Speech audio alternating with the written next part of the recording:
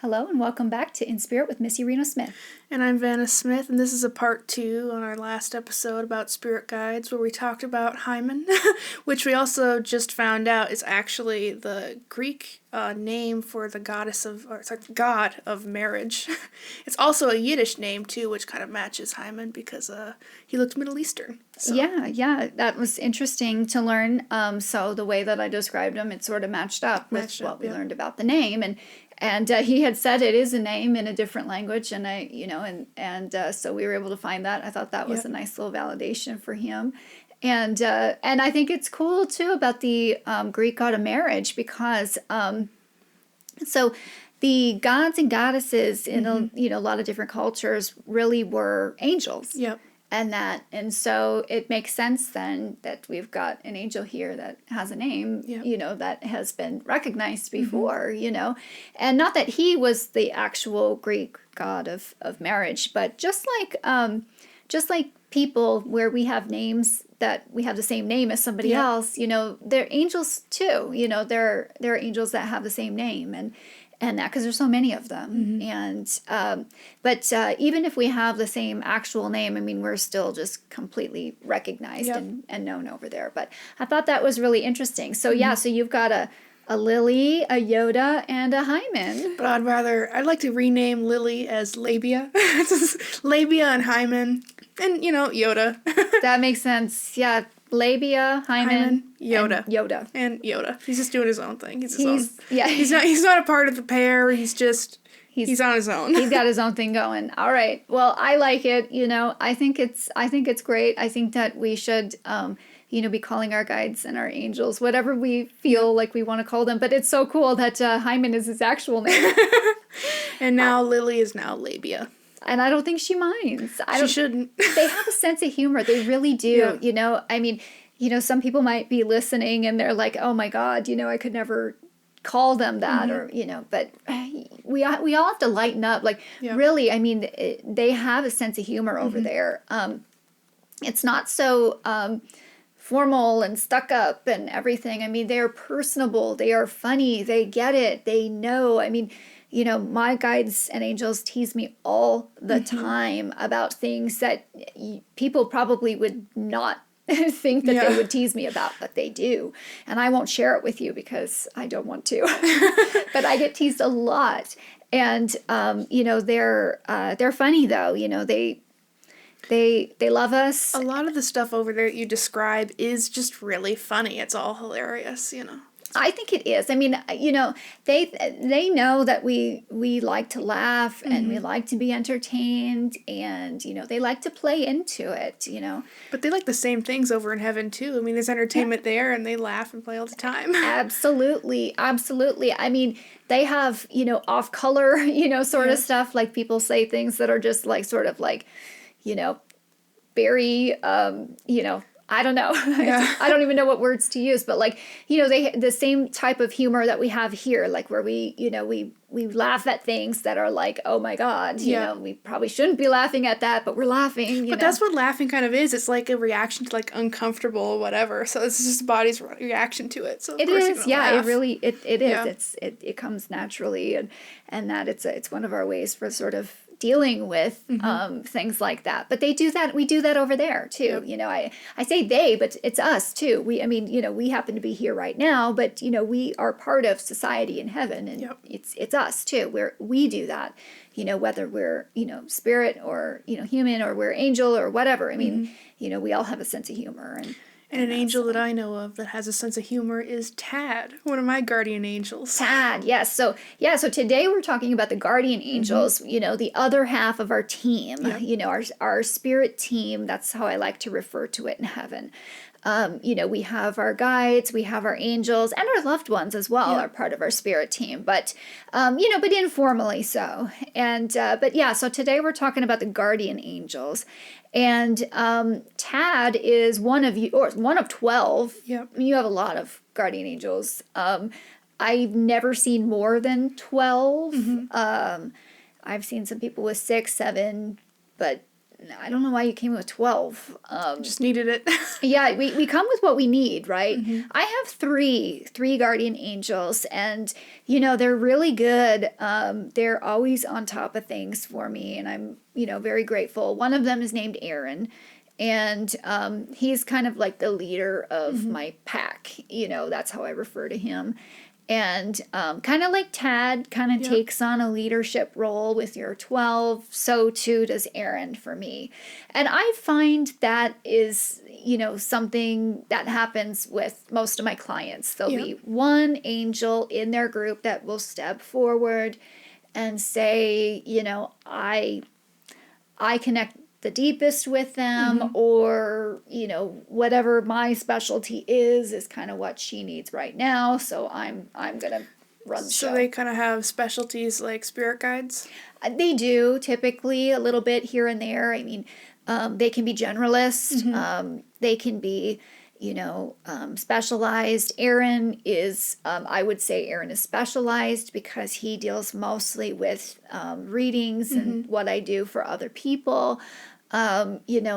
When he tunes in, when I tune into Aaron, and we sort of meet in the middle, so he tunes into me, I tune into him, but he sort of shines a light in my face, and I know that that's Aaron. And, so that's kind of what he does. And so I connect with him deep because most of my connecting has to do with other people. Yep. So that's why I kind of consider him the leader. My others will step in as needed, as necessary, typically for things that are about me. I don't get a whole lot of stuff about me, though, so maybe that's why, it's kind of like crickets chirping a little bit for me where they're concerned. But most of my interactions are with Aaron. So everybody has that. And for you, it's Tad. Does Tad have a specialty? No, Tad's more of a generalist. In your case, he's more of just your all-around.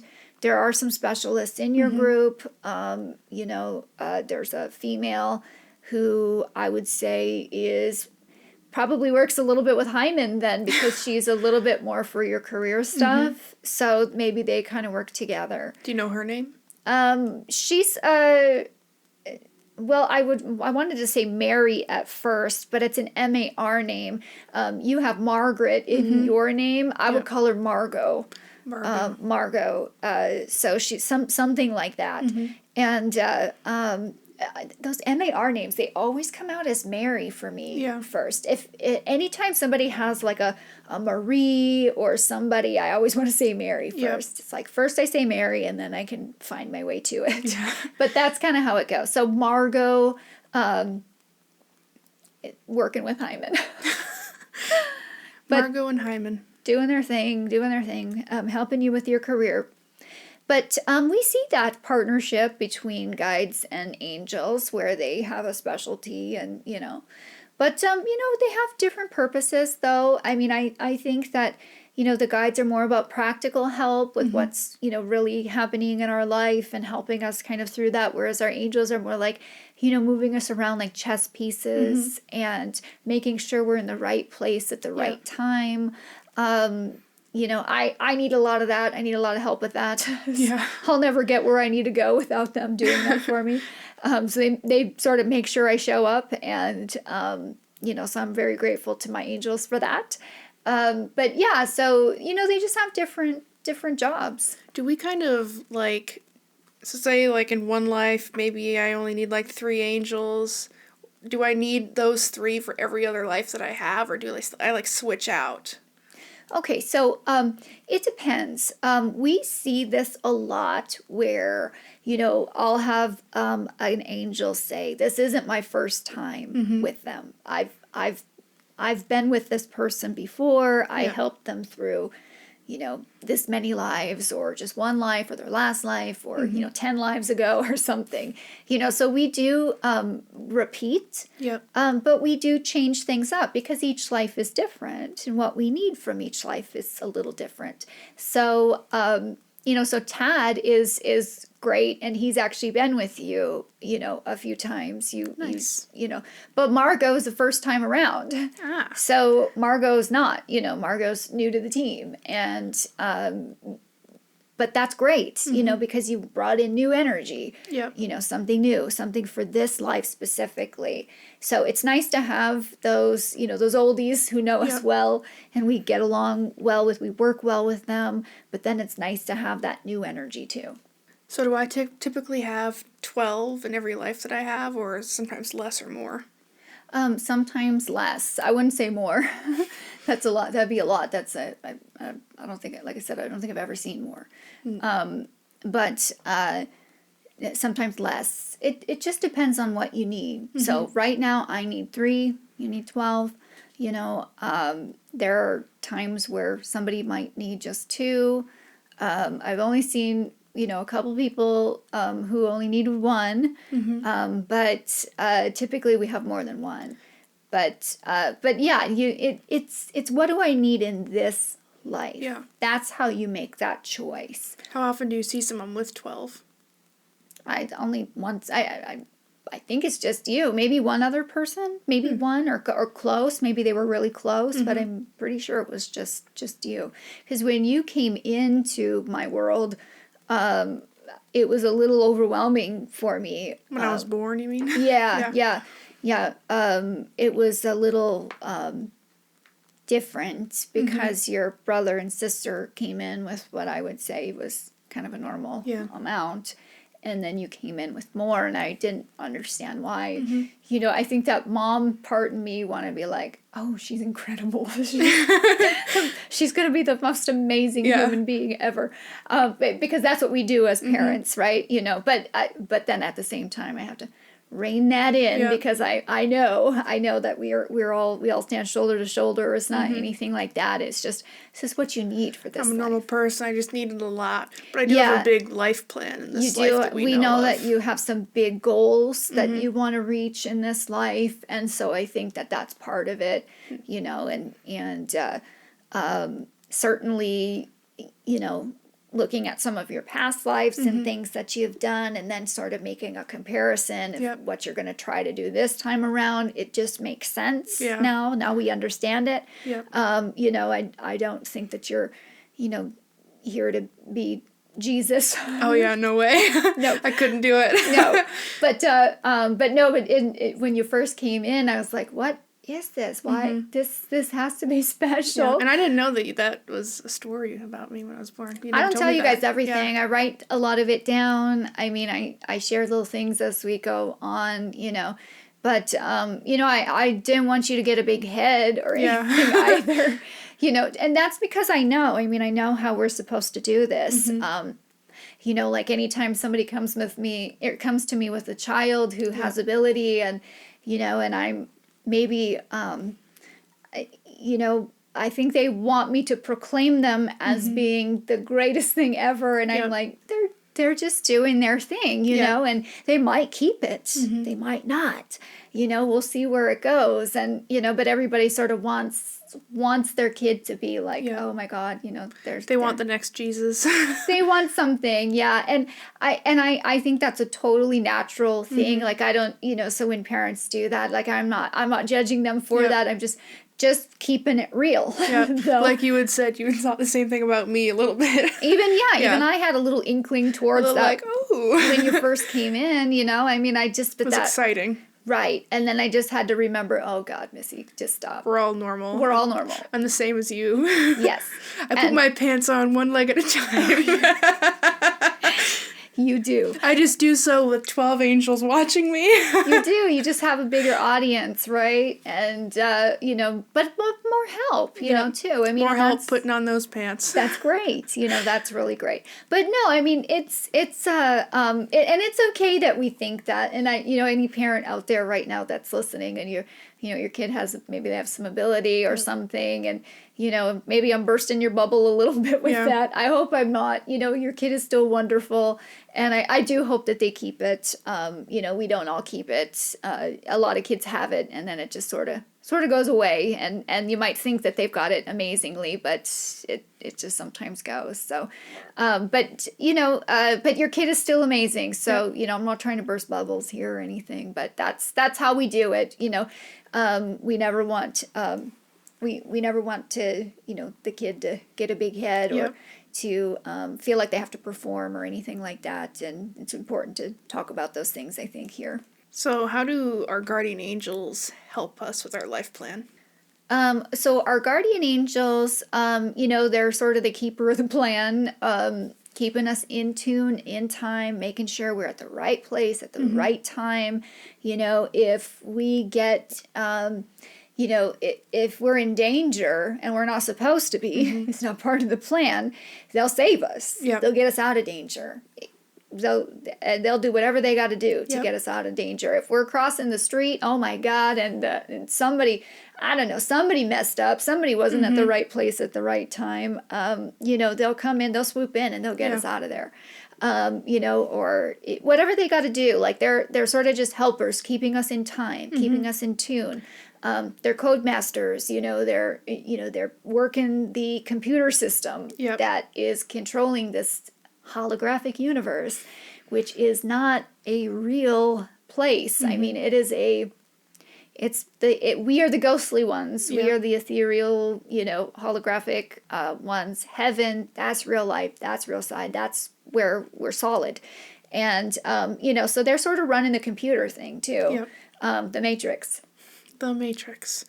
I'm Neo and you are Morpheus. I'm Morpheus. That's right. But, so they've got a lot of things that they do. They're also about helping us in our relationship with God. Yep.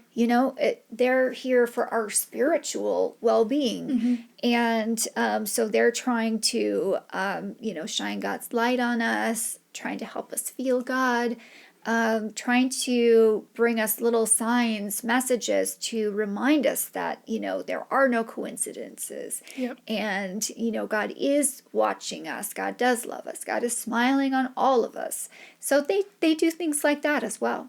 So they keep us in time and they keep us connected. Absolutely. That's a great way to put it. Yeah. And what do they normally look like? Do they look kind of human-like, our guardian angels, or are they like different looking type of angels? Because you've told me about some angels that look different than us, and there are some like the archangels that do look like us.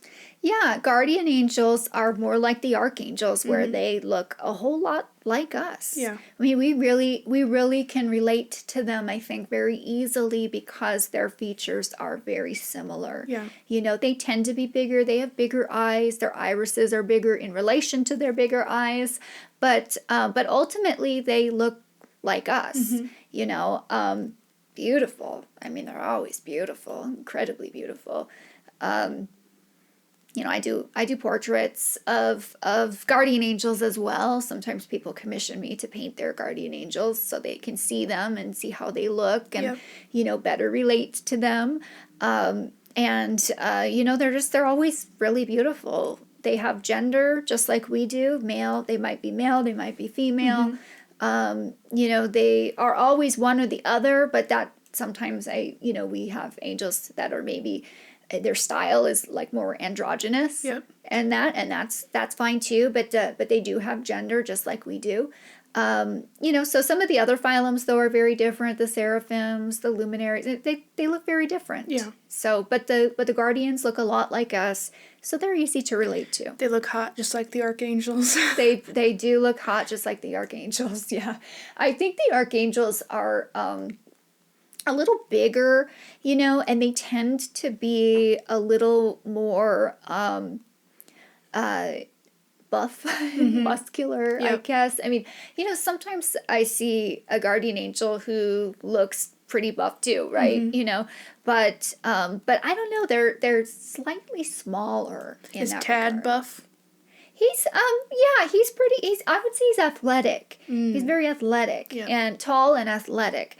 But, not so sort of like built up like Michael or somebody, or Metatron. Metatron's very kind of bulky and that. So there's just a little differences, but ultimately. Tad is buff enough to help keep me out of harm's way. Yeah, he is. Ultimately, he is. And, whatever they are, though, I mean, they are perfect. I've just, I don't know, like they just have this perfection that comes across, just different from us. Like they have the same, like even a spirit in heaven, like they, we are perfect, beautiful beings and such, but sometimes we will like sort of sport little flaws and things, but I don't see that on angels or whatever we might see that might be a little difference that draws our eye. It's not a flaw. It's not anything like that, but it's different. So they're just very perfect. Do all guardian angels have cool names like Tad and Margot? Yeah, they do. I mean, they have, whatever name they have is always going to be cool because they're an angel. But there's names sometimes that are very foreign sounding, different, very non-earthly, alien even. We have a different language over there, so things just sound differently. Yep. And then there are a lot of names that we do use here on Earth. I mean, we are in tune with the other side. I mean, parents have been giving their children angel names since the beginning of time here, on Earth. There's a lot of people named Michael and Gabriel and that. And so, we have been using their names for a long time in different, all different cultures and that. So sometimes the names sound very familiar to us and sometimes they don't because it's just something that hasn't been used here. But a lot of time, and sometimes their names I can't even pronounce. Like there'll be sounds that my vocal cords don't even make. And so I'll shorten the name. I'll take a syllable that I hear and I'll use that. And I'll say it sounds like this, or it's I hear this sound, so let's call them, I hear a J, so let's call them Jake, or whatever, or I'll even say, they're saying, what do you want to call them? I mean, if they don't think that you'll relate to their name, they might say, what would you relate to? And so sometimes my clients will get to choose a name, or I'll get to choose for them, and it's just whatever you want to. I'll even tell my clients, change it if you don't like it. Yeah. Change it. They don't care just what you call. Just like I changed my spirit guide's name, Lily. Now she's Labia. Yeah, she's Labia. She's got to go along with Hyman. Yeah, they really don't care. Yeah. They don't care. They just care that you call them. They don't care what you call them. Yeah. That's all. They care that you call them. So what are your angels' names? Well, okay, so I have Aaron. Aaron is pretty common name here, right? I mean, but it is an angel name. That's, it started and it was, people here just remember Aaron from over there and, and there's people named Aaron over there too. I mean, we, our names kind of go around. I have a Shay. There's more to that name, but that's, Shay just works. This is what you got from it. Shay is the sound I got from it, and that's what I go with. There's more to it, but that's about it. Then I have a Peter. Peter, he's Peter. He's Peter. And then I have Carver, but Carver's not a guardian angel. Yeah. Carver's a seraphim, so it's a little different. But Carver comes and goes as he pleases. I see him every once in a while. And but I do consider him mine. And speaking of names in heaven, a little bit off topic with guardian angels, what is your name in heaven? Because we know mine is Dolly in heaven. Dahlia. Yours is Dahlia. My name is Shell. That's short for Shalene. Shalene. I get called Michelle a lot, or I was called Michelle a lot when I was younger. Yeah. Everybody called teachers and students. Oh my God, everybody's calling me Michelle. And Melissa is my given name, or Missy, and or Missa. I went by Missa for a long time, but everybody would call me Michelle, and I think it was because they were just tuned into Shell. Yep. So I go by Shell, but it's Shalene. Shalene is the long form. Shalene and Dahlia, a team. We are a team. But, names are just, sometimes they're the same as here, and sometimes there's just differences. And I don't know. I mean, I think that, names are important because they help us relate. It's something, if it's just, hey, angel. Yeah. Just, I don't know. This doesn't have the same feel, you know. But when I say Aaron, I feel that connection. It's more personal. It's more personal. So, I mean, he'd answer to, hey, angel, he'll answer whatever I say, but I like to call him by his name, which is Aaron. We've talked about, calling out your angels and your spirit guides by name and also writing things down for them. Is there any other way we can really connect with our guardian angels? Well, giving gratitude, I think, is important. I say that a lot. I talk about, first thing when you wake up, give gratitude to God and your, guides and your angels. And just for today, just give gratitude to the universe. Yep. Thank you for today. So I think giving gratitude is important because they're working hard for us. I mean, they really are. I mean, they're isolated just like we are, in those centers where we are in our little dentist chair, our little boxing corner, we sometimes refer to it. They're staying there with us throughout this entire life. They're there with us, or however much they're there to guide us if they, if they're not there permanently. But that's a long time. It's a lot of work. It's a lot of time to put in, and they're giving that to us. So I think just giving gratitude is a really great way to start. And then, just, hey, what do you got for me today? I mean, you don't have to do anything. You don't have to do some ritual or I don't know. You don't have to, but write to them or speak to them. Just bring them into your existence. Yep. And then wait. Don't expect them to come at you immediately. They might, but they might not. Just wait. Wait for the answer. It might be a thought that comes into your mind. It might be a sign. It could even be a literal sign, like a billboard. You could be looking up and you see a billboard and you're like, that answers my question. I mean, they're funny. They like to use that stuff. You could turn the radio on and the song answers your question or I don't know. I mean, there's just so many ways that they can come to us. You don't have to be a medium to receive. Everybody's capable of receiving in different ways, but you don't have to be like hearing it with your ears or, or seeing them with your eyes. And, however we all receive, mediums, receive in multiple ways and typically, but, however we're doing it, like it doesn't have to come like that.